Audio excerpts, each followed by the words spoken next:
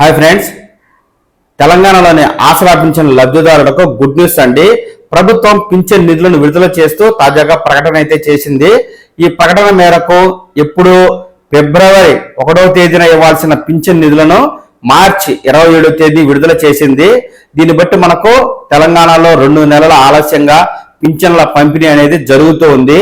కాబట్టి ఈ రోజు మార్చి 27 ప్రభుత్వం నిధులను విడుదల చేసిన నేపథ్యంలో 28వ తేదీ నుంచి ఈ పింఛన్ల పంపిణీ ప్రక్రియ అనేది గ్రామాల్లో ఉన్న పోస్ట్ ఆఫీసుల ద్వారా లబ్ధిదారులకు పంపిణీ చేయబడుతుంది.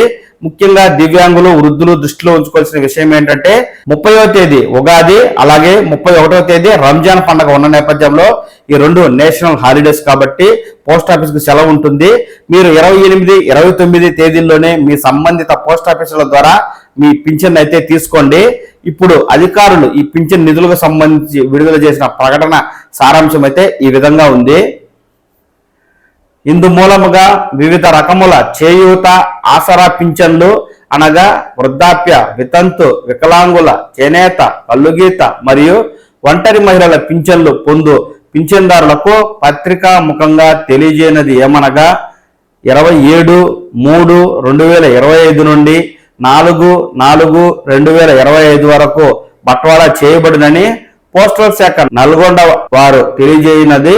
ఇట్టి విషయములను పింఛన్దారులు గమనించి పింఛను పొందవలసిందిగా కోరడమైనది అంటూ పింఛన్దారులకు ముఖ్య గమనికను కూడా తెలియజేస్తూ పింఛను మొత్తం నేరుగా సంబంధిత పోస్టల్ శాఖ నుండే తీసుకోవాలని, మధ్య దళారీలను ఆశ్రయించి మోసపోవద్దని, పింఛను పొందుటకు ఎటువంటి సొమ్ము చెల్లించాల్సిన అవసరం లేదని, పింఛను మొత్తం 2016, 4016, 16 రూపాయల చిల్లరతో సహా అడిగి తీసుకోవాలని ప్రభుత్వం చెప్తూ ఉంది.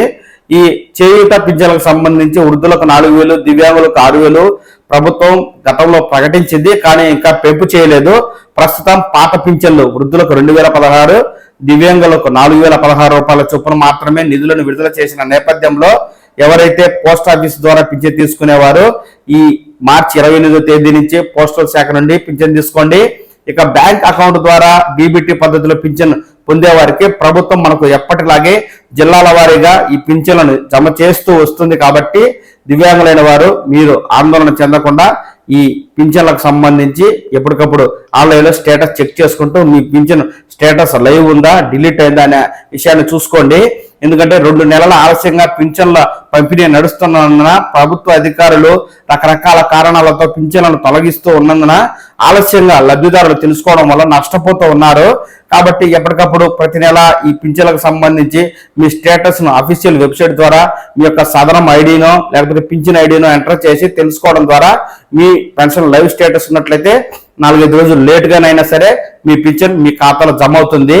ఈ ఆసరా పింఛన్లకు సంబంధించి ప్రభుత్వం ఎప్పుడైనా ఏదైనా తాజా అప్డేట్ ఇచ్చిందంటే వెంటనే మన ఛానల్ మీకు పూర్తి సమాచారం తెలియజేస్తుంది.